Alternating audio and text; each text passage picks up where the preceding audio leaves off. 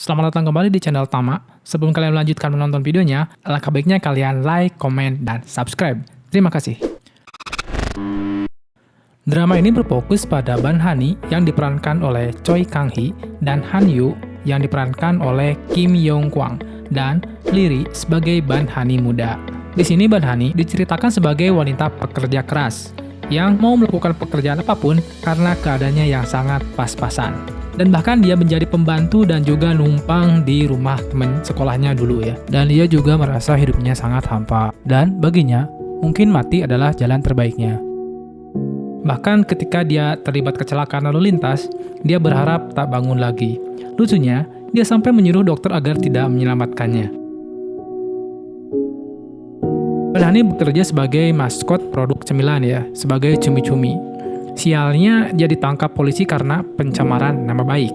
Ketika dia berhasil keluar dari penjara dengan cara damai ya, sialnya dia kecelakaan lagi. Sehingga dia kembali dilarikan ke rumah sakit. Dan anehnya lagi, ketika dia di rumah sakit, pas sadar, dia bertemu dengan orang yang paling dia kenal, yaitu dirinya pas masih sekolah ataupun pas masih muda.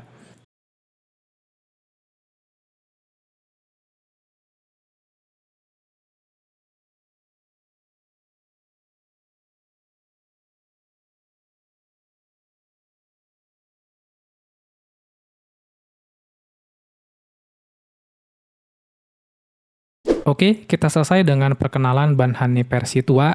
Kali ini kita akan membahas atau perkenalan Ban Hani versi muda. Ternyata yang mengejutkan dari Ban Hani versi muda itu sangat populer pada waktu sekolah. Dan dia juga cantik ya. Bahkan dia diulu-ulukan sama satu sekolah gitu ya. Seperti idol sekolah.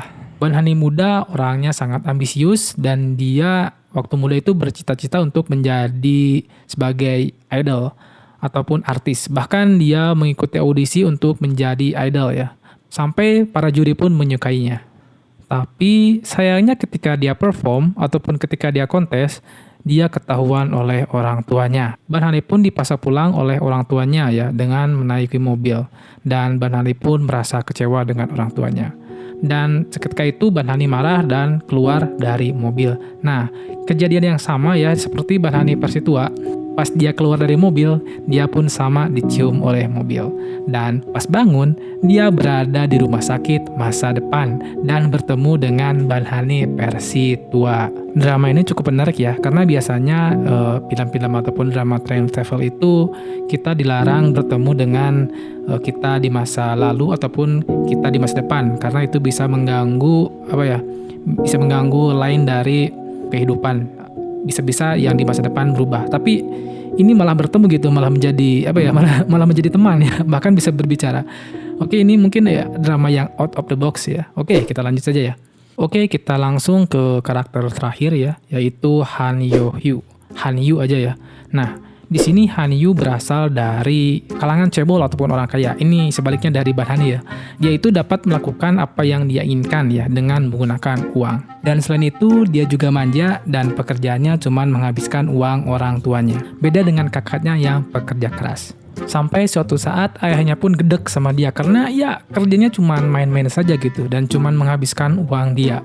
Dan Han Yu pun menantang ayahnya bahwa dia bisa bekerja di luar perusahaannya dan menghasilkan uang sebesar 1 juta won dalam seminggu.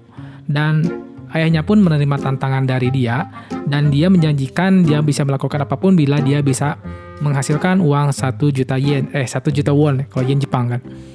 Kalau gagal, dia akan diusir keluar dari rumah. Han Yu pun langsung bergegas keluar mencari pekerjaan yang bayarannya mahal. Dan akhirnya dia berhasil menemukan pekerjaan itu, tapi ya kerjanya adalah menggosok punggung para orang tua ya. Tapi sayangnya, dia baru bekerja sebentar, tangannya langsung terkilir. Dan dia pun gagal mengumpulkan uang 1 juta won. Dan dia hanya berhasil mengumpulkan uang kurang lebih 28.000 won. Singkat cerita, Han Yu pun gagal.